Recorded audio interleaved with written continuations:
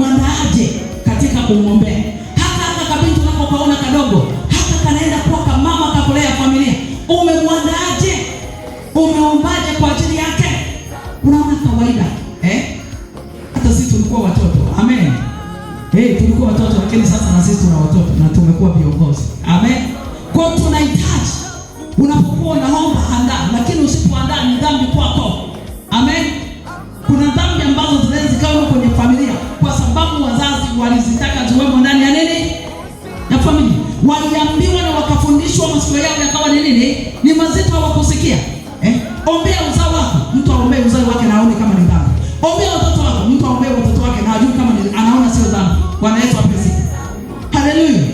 Sasa usipoombea familia yako, nani ataiombea? Usipoombea shule yako, nani ataiombea?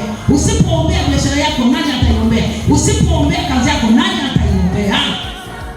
Amen. Tunaona mimi naweza kuja hapa nikakaa toka Alliance. Hii ndio ofisi yangu mimi. Amen. Hii ndio ofisi yangu. Nisipoiombea, nani ataiombea? Si mimi inabidi niombe. Sasa wewe usipoomba na kufunga kwa ajili ya biashara yako, utavuka? Itakupa mtaji, itakupa kujenga, itakupa kuinuliwa.